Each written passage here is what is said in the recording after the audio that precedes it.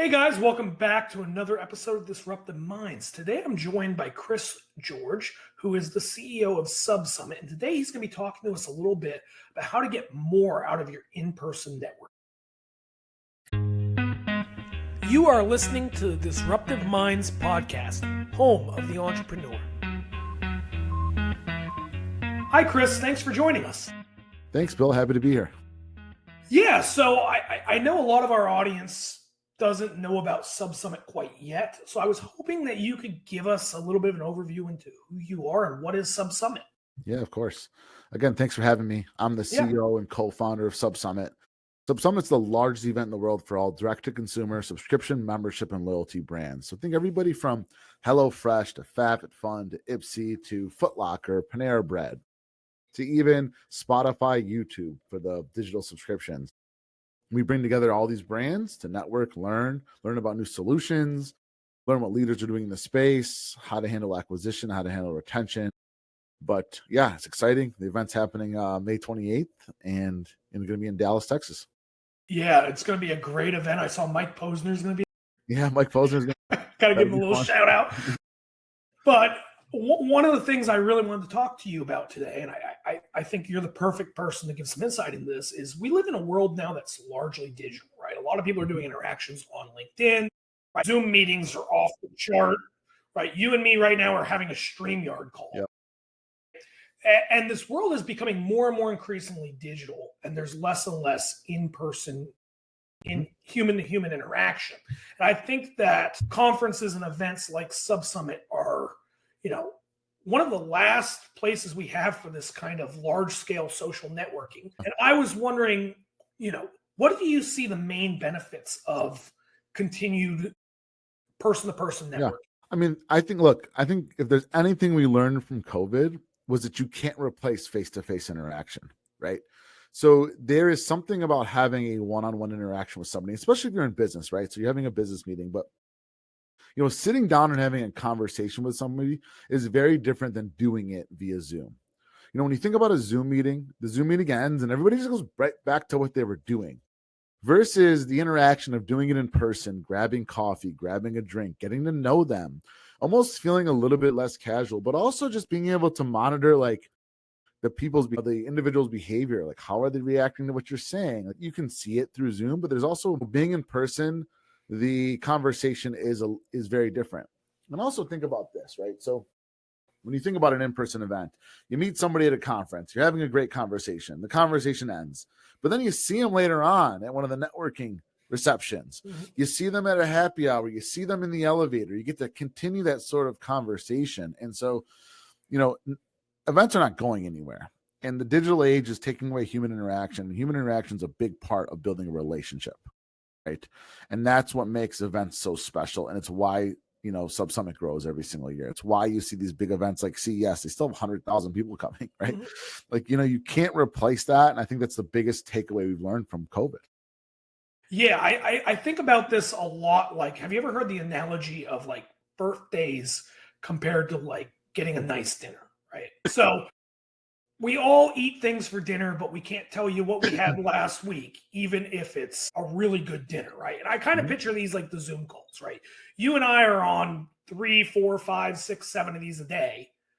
And even if you have a great call, 3 weeks later, you might not remember that, but you can remember everything you've done for your birthday. You can remember every Christmas gift you've ever gotten, right? And that's kind of what these in-person events are, right? They're like a special time to connect with people, to have experiences, shared experiences.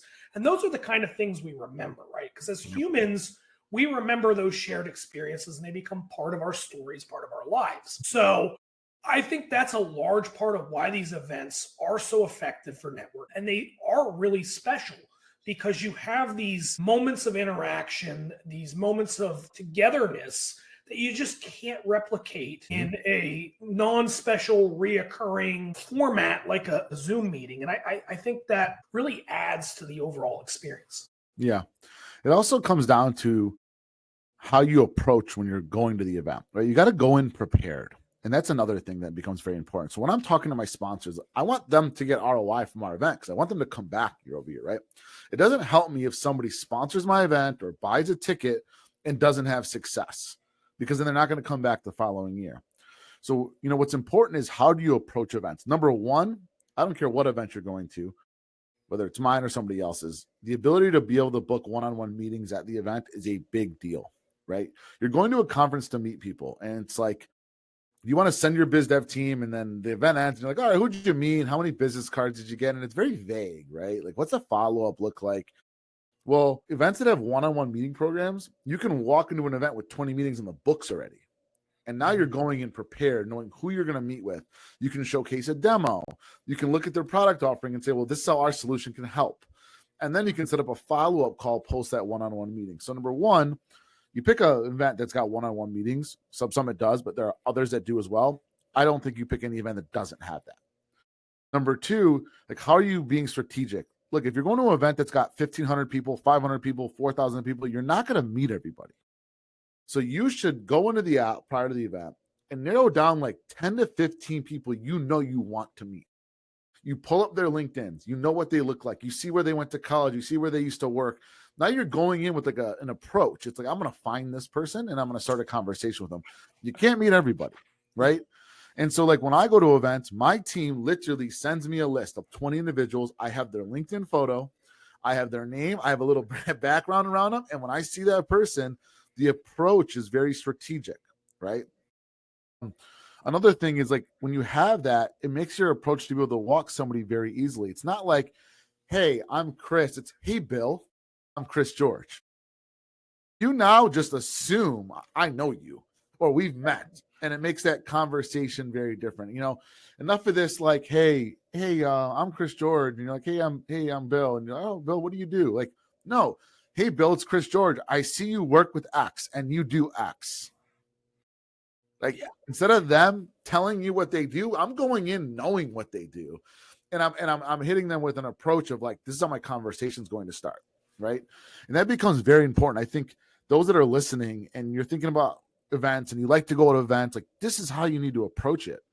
And it makes your opportunity for success that much higher when you're going in with a strategic plan.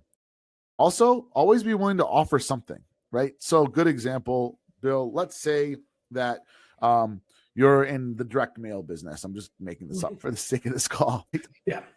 Hey, Bill, I see you do direct mail. I notice you work with HelloFresh. I got their flyer the other day. Love it. And like, now I just like got you excited. How you do it. So like, that's one of my favorite points that you've made thus far is a lot of people don't know how to give compliments in a way that they're effective. And giving an effective compliment is a great icebreaker. So, for example, you just talked about HelloFresh, right? Saying, hey, we really love your brand. It's so awesome.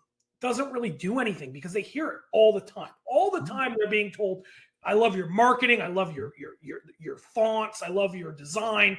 You guys are the best. But if you know there's something that they're doing that they're either recently rolled out or they're trying to grow that side of the business, like you said, the direct mail angle, letting them know that, hey, I looked at this specific campaign. I enjoyed it. That's a huge compliment because you now know that aspect of that business they've been working on and they've been focusing on, you've paid attention to, and you're giving them a compliment for that, right? So what I like to do when I'm talking to somebody is notice something that might not be noticed by everybody, right? Maybe it is their effort they're putting out in social media. Maybe it's the little thing they do with their box. Maybe it's something they do with their follow-up marketing campaign. And point that out because that little thing is something that they've worked really hard on and nobody walks up to them and goes, hey, HelloFresh, I got this specific mailer and it was awesome and here's why it's awesome. But all day they get, hey, HelloFresh, your brand is awesome. Love it. Makes sense, right? Like you're showing that you've looked into their business more. It allows to have a more strategic conversation. It shows that you care, right? Like you've got real interest in what they're doing. And that's how you need to approach it. And this is why events work, because I can't do everything I just said to you really on a Zoom call. Like I can, but like you're already going in prepared. They don't know who you're meeting with. Like you're trying to get to the point. There's this, it's not as casual of a conversation. Like you want to be strategic. You're at an event. There's thousands of people. You're shaking multiple hands. Be really strategic on how you approach. Stand out from the crowd, right? Another thing too I see is like you'll go to events and you'll see people at the exhibit hall and they're like just standing at their booth. Like, hey, like you got to walk around. You got to go talk to people. People aren't window shopping your booths. Like you have your booth, great for some of the more high traffic moments. Other than that, you walk around, you go into the sessions, you meet people, you take them back to your booth. Like, let me take you back here and show you what we offer, right? I ping you in the app. Hey, saw what you do. You got 10 minutes to chat. Love to meet you at the booth at 3:00. Like, you got to go in prepared, And I'm a firm believer. The right audience is in the room and you're going to an event and you don't pull out any sort of leads that lead to ROI. You either went in with a bad strategy or you got bad salespeople because the audience is in the room, right? Or your product needs to be like adjusted, right? Because we're putting the people that you want to meet with in the room. Yeah. It's your job to go execute on that, right? I think the point of leaving the booth is a really big one. And I think a lot of people don't do that, right? They sit at the booth, they text on their phone, they fill out the form for whatever work they're doing, right? But one of the things that I find really effective at places where I have had a booth is to just simply walk 3 steps out of the booth, shake somebody's hand, and kind of lead them back gently with that handshake, right? Yeah. The whole, hi, I'm Bill. How are you doing? And once they grab that hand, they're not going anywhere. Yeah. And then another thing is like, and this is more from the attendee standpoint, but it also works for exhibitors, is if you're standing in line somewhere, you're waiting to talk to somebody on the exhibitor floor, you're waiting for a session to begin. If you're not talking to the person to the left of you, the right of you, behind you, that's a lost opportunity. I've had lots and lots of moments of serendipity where it's like you just happen to have the right person standing next to you and you hit it off and you become lifelong friends. I highly recommend, just because you're waiting to talk to this guy over here, that you also talk to the guy who's behind you in line while you're standing there for 15 minutes. You hit the nail on the head. Take advantage of every single opportunity. You don't know who you might meet and what effect that'll have on your life, what business transaction could happen, what relationship could happen. And, there's people that have met at SubSummit 7 years ago and they're best friends to this day. Like, if anything, they got a friendship. And they, you can't even put a price on something like that. What's the ROI on friendship? I'll actually tell you an amazing story. My very first conference was in 2016. We had 200 people there. Well, 5 of these people were from 5 different brands they never met before. But during my event, they went into an escape room in Detroit because our event was in Detroit. From that day on, they meet once a year and go do an escape room in a new city. Like, how cool is that? That's right? Coolest. Like you can't put a price on that. And then you don't know, right? Like, so let's say me and you met at a conference. We became friends, but we can't, our businesses don't align to do business together at this moment. But we're friends now. Who's to say I don't meet somebody that can do business with you, or you don't meet somebody that can do business with me? But because we're friends, that's the second level of like introduction that comes together, and now business is made. Yeah, and another thing is with the D2C side of this, right? You might be at a booth with somebody. It's probably because you guys have the same issues, right? Or you have the same need case, which means that you guys are probably tackling the same problem together. Which 2 heads are always better than one. So what I found is that people are usually waiting for the same seminar as me, the same booth as me, because they have a same session or a similar need. So right there is like a level of connectivity. And what's really cool about the D2C space that I love is that everybody's a competitor and they're not at the same time, right? Because one guy's selling tires and the other guy's selling vegetables. Right. It's completely different. So what's working for you in the, automotive space might work for somebody else in, the consumer goods space. So, a lot of times D2C brands are open to collaborating, open to sharing tips and tricks, and they're, open to learn from each other. And that's something that's really cool about the D2C space versus a lot of other industries. You brought up a good point. I used to use this term called co-opetition, which is like working together even though you're competitors, right? You also brought up another point around industry. We are one of the very few events that's cross-industry. What I mean by that is we are the only event in the world where you'll see Mercedes-Benz, HelloFresh, Spotify, and FabFitFun all in the same room, right? Typically, Spotify is going to a streaming event. Mercedes-Benz is going to an automotive event. HelloFresh is going to a food event, and FabFitFun is going to an e-commerce event. What brings them all together? Subscription, membership, or loyalty. They've got one of those models, right? Throw in Foot Locker. Foot Locker's coming this year. Throw in Panera Bread. So I just do a restaurant, a car, a streaming service, an e-commerce brand.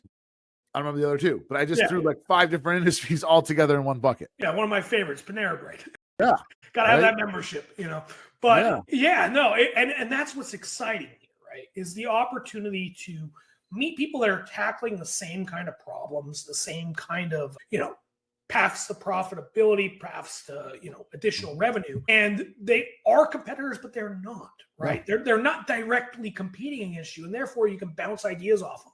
Right. You can get in these sessions and talk to these leaders. And the other cool thing about this is there's no gates. There's no barriers. You might be sitting next to the CEO of Panera Bread at one of these sessions. You don't know it because it's an open event. There's people from all different kinds of roles, job titles, industries there, and you never know who you're going to meet. Yep. Yeah, you hit the nail on the head. No, it's exciting.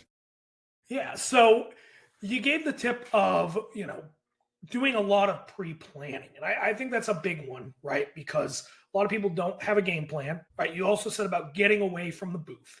How do we get more out of the sessions, right? How do we get more out of like these, the opportunities to learn and grow? I mean, look, the important thing about being in a session, whether you're a sponsor or a merchant brand, is one, you're going up there to learn. So you're looking at who's going to be speaking, what's the description around, how is that going to potentially help your business? So if I'm a merchant brand, I'm picking a session that I know I might be able to walk away some actionable takeaways. Again, I'm struggling with retention, so I'm going into a retention session. If I'm a sponsor, so I'm, in your case, one of the fulfillment centers or 3PLs or a solution that works with these brands, I'm sitting in that room to one, see what's happening within the subscription space and learn, but then also walk out of that session, go up to somebody and say, man, I really loved that tip around X, right? And now you've got a conversation, like, gosh, that was so great. And then you see them at the welcome reception. Oh, I saw you in that session that Tushy was talking about and how they grew and how they optimized their shipping for their toilet product. Like, wasn't that great? Like, you just have an icebreaker. We're handing you icebreakers. It's like whether or not you want to take them and use them. Yeah, that's another good point, is that these are more than just a learning opportunity. They are an icebreaker, right? They are another forum for engagement, right? Because people sitting next to you, speakers, you're going to introduce the new people. Another tip here is if you found something informative, you learned something, maybe you want to follow some of those speakers or sponsors on LinkedIn, right? And continue to hear from those voices and maybe even talk to them further after the event, right? So that leads to my next big question, which is, what do you do after the event, right? After you go through, you've had all these great networking opportunities. How do you most effectively grow that into something that's going to give you long-term value and long-term? Yeah. I mean, as you mentioned on the merchant side, it's following some of these leaders within the space, connections you've made with people. If you think that there's an opportunity to do business, it's set a follow-up call. So, for example, I'm at the event. I meet a brand I want to work with. Hey, it was so great. I'm so glad we got to meet out here. I think there's an opportunity to work together. Let's set up a call for 2 weeks from now. Like, give us a week to come back and like get things settled in. But like, let's pull up our calendars right now. Like, are you free on April 15th at 9 a.m. and get the call booked at the event? Get the follow-up call booked, right? Because people forget a lot. They come back. Everybody's excited after 3 days in an event. They learn all these things. They want to implement these new processes. They forget about maybe potentially meeting certain people, right? And then a week goes by and they're catching up on emails and like things can easily get thrown, by the wayside. I also think it's not a good idea to do any sort of like follow-up email right after an event because again, they're settling back in. Their email inbox is packed. Like give them 2-3 days to like settle in and then hit them with an email. But one of the best things you can do, set up a follow-up call at the conference. Yeah. And one of the things I like to add when setting up follow-up calls is sometimes you just want to put something on the schedule, right? You might not know if you're free 3 weeks from now, but put something on the schedule. And then when you're a week out, look at it and say, hey, actually, can we move it to blank time? They're probably doing the same thing. And what I find is a lot of people that I work with, interact with brands, service providers. A lot of times there's like this fear to just put something on the calendar because of the commitment factor of it.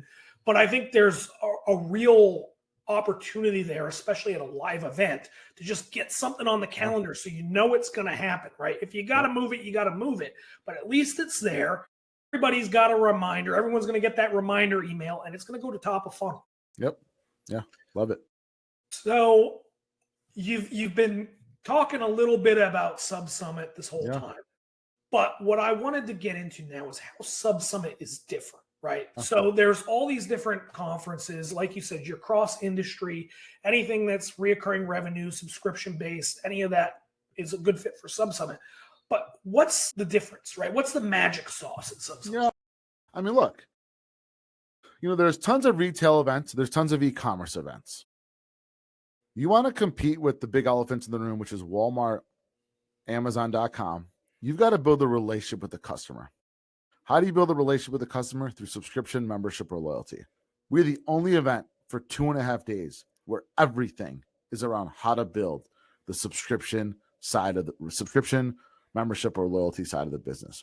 Recurring revenue businesses are far better fits for nearly every solution provider.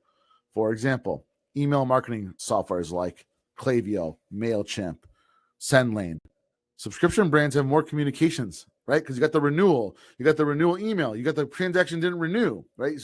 So you're communicating more. You also want to engage with the customer more. So the communication's higher. So that means all email providers, all customer service tools, all CX tools are better to work with subscription brands. On the fulfillment side, you got reoccurring revenue. You got predictable income.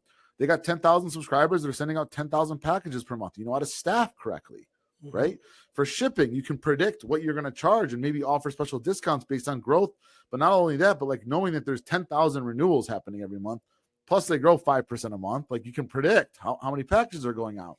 So I think what becomes really important here is that we're the only event that's dedicated to helping those brands grow. You can go to other events and you can have a session around subscription and membership. We are fully dedicated to it. And then again, the cross industry, what becomes the most important about that is who's to say that, a company like HelloFresh doesn't do a deal with Netflix because they met them at SubSummit. Right. Now, maybe, those are big companies that probably couldn't meet anyways, but like that's just an example because we're cross industry. It allows for those opportunities to have partnerships with brands that are cross industry. 19, Sling TV learned, they added in a cancellation process that they learned from a women's lingerie company. Yeah. Right. So it's like they saw a session around pausing your subscription. Sling TV added that because they learned it at SubSummit. Right. So that's what just separates it. We are dedicated to that. And if you're a brand and you don't have subscription, membership, or loyalty, you're behind.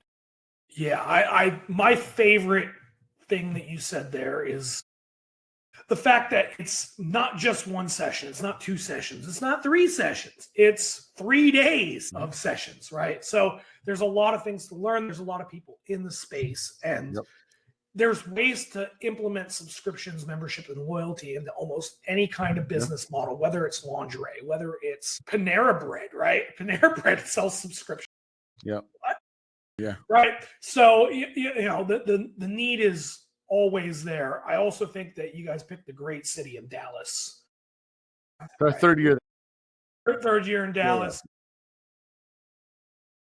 Be good. Yeah, it's a great city, though. I'm a big fan of Dallas. Yeah. It's a fun time every time. So I was wondering if you had any parting thoughts.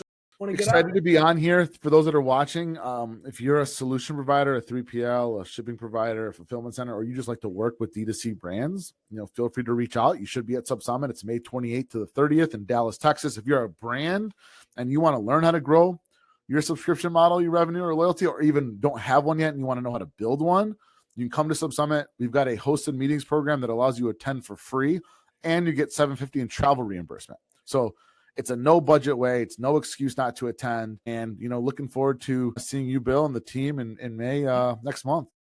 Yeah, no, I'm really looking forward to it. Hoping to meet a lot of different brands, fulfillment providers, and really, really connect with people and grow that network. So if you're free if you're from May and you're looking for something to do that's going to help you grow your business, find new ways to gain revenue, right, and do something productive, SubSummit's a great option, and I highly recommend you guys attend.